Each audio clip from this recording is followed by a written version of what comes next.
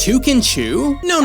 It takes two. Now that's the kind of game I like to play. Two Can Jew is a brand new tactical relationship therapy session and the hit sequel to the SNES classic It Takes One. Developed by an unhinged psychopath, this game was made with the intention of granting you the skills to touch grass and talk to women. In it, you control Cody and May, an interracial couple on the cusp of separation who body swap with a pair of Bratz dolls and must fall in love again to reclaim their human husks. When I first watched the announcement trailer for this game, I asked myself, how can this man make a game about love if all he knows is turmoil? And when Joseph Perez declared that its epic radness would put his last project to shame, I simply didn't believe it. How can a game be better than the winner of the 2018, 2019, and 2020 Game of the Year award? On this day, nearly 1800 years ago, a mysterious saint married the citizens of Rome against the wishes of their prudent tyrannical emperor. So what better way to celebrate a maidenless Black History Month than to continue our trend of textile art reviews with a tragicomedy divorce procedural starring Pickle P from Dark Souls 3.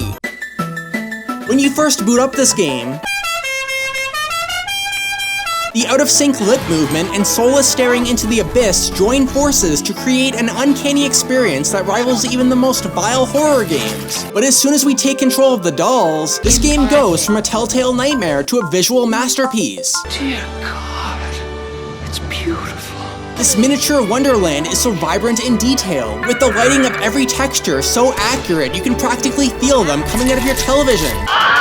That's right, kids. If you have sensory issues, this game will kill you. This expedition will take you everywhere, from a perilous tool shed of puzzling mechanisms to a garden infested with the Great Calamity and Stump Smash Skylanders, to a war-torn Croatia fighting for independence from the Socialist Federal Republic of Yugoslavia. Just look at how far we've come from the pre-rendered backgrounds of games like Super Garry's Mod 64. I especially love the part where you find yourself in a dimly lit cave with glow-in-the-dark paintings that depict the history of the Squirrel Tribe, and then get to ride a Studio Ghibli-ass spirit whale through a spooky cavern of spectral red vines. Whether it's the wistful resonance of a child's toy room or the mystical glow of a Niveus village, this game really knows how to set the stage for a journey that's as memorable as that time I played Hogwarts Legacy and Joe Biden called me a transphobic neo-Nazi bitch and Ku Klux Klan supporter who should be bound to a rock as an eagle eats my liver for all of eternity.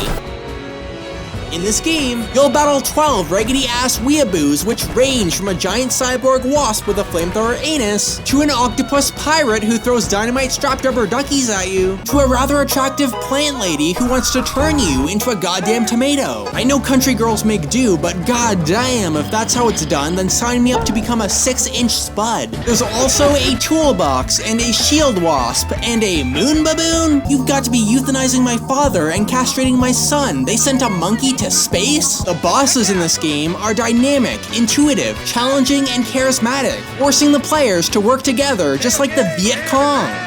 Mother love me long time. Sucky, fucky, one ton, Hong Kong. Sometimes you're luring a stag beetle into a pile of explosive honey. Other times you're flinging aerosol cans at a vacuum boxster and then sucking its eyeballs out. Sometimes you're laying waste to a variety of chess pieces like the Queen's Gambit. Other times you're surviving the onslaught of a sentient clock that can rewind time, just like Mindy Kaling did with that new piece of shit Velma show. But if I suspend nostalgia temporarily, these bitches put every classic Nintendo game's big bad catalog to shame. My only critique is that the concluding chapter lacks a final boss, which makes the ending feel a bit spontaneous. That's if you don't count the evil fucking disco ball segment that makes me want to yank out my vast deferens and feed them to mundfish for marketing Russian propaganda as a sci-fi adventure game.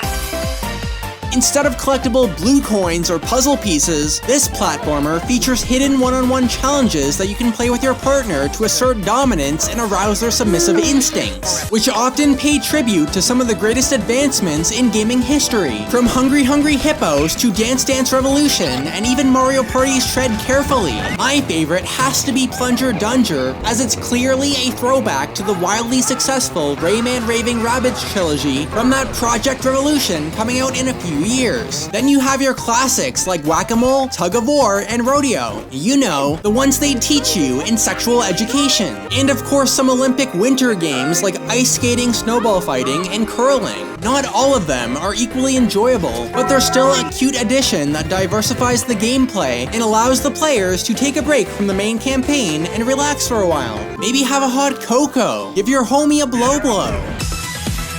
Since this game's focus is mainly on puzzle solving, friends and foes are often reserved for specific segments and can be somewhat sparse. It isn't until an hour into the game that we get to treat the inside of a tree like an American high school. In our adventure, we'll survive a giant anglerfish, a horde of voracious moles, Metroidvanian onion pea hats, a den of serpentine microphones, and a legion of rat bastard mouse demons. On the benevolent contrary, we'll meet an oddly sensual hammer, a flamboyant jack-in-the-box, and an elephant plush that we get to torture and dismember as it pleads for its life. What the fuck? This is horrible! I feel so evil!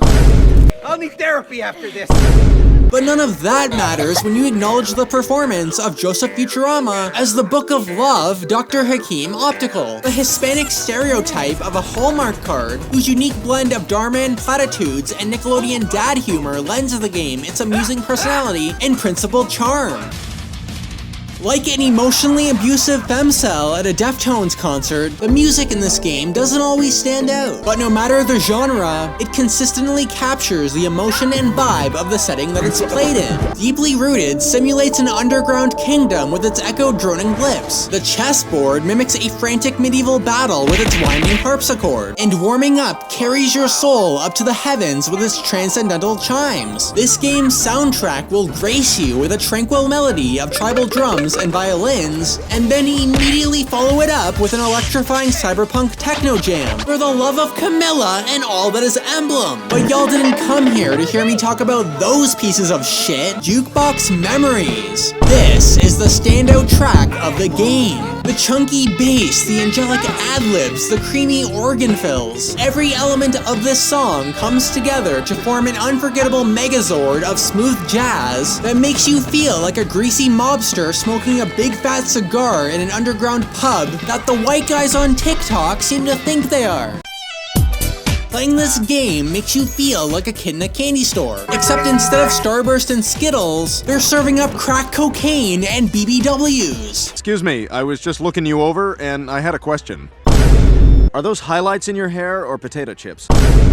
Everything that can possibly be done in a video game can be done here. From rail sliding, to wall jumping, to bug riding, to tub thumping. I get knocked down, but I get up again. Sometimes May can walk on walls to manipulate out-of-reach objects, while Cody can manually shrink and grow to crawl up your butthole like Ant-Man. Other times, May can clone herself to hold down multiple buttons at once, while Cody can manipulate time to fix and break things. New ideas are constantly being salami-slapped in your face with every level. Just like with naked women on Instagram after the aliens changed their policy to replace our memes with titties. To the benefit of the plot, each set of abilities is complementary, which forces the former lovers to reluctantly use teamwork while unintentionally restoring the connection they once had. The passion and creativity here is so abundantly clear that it cured my dog's colorblindness, so she can now tell the difference between the good people and the bad.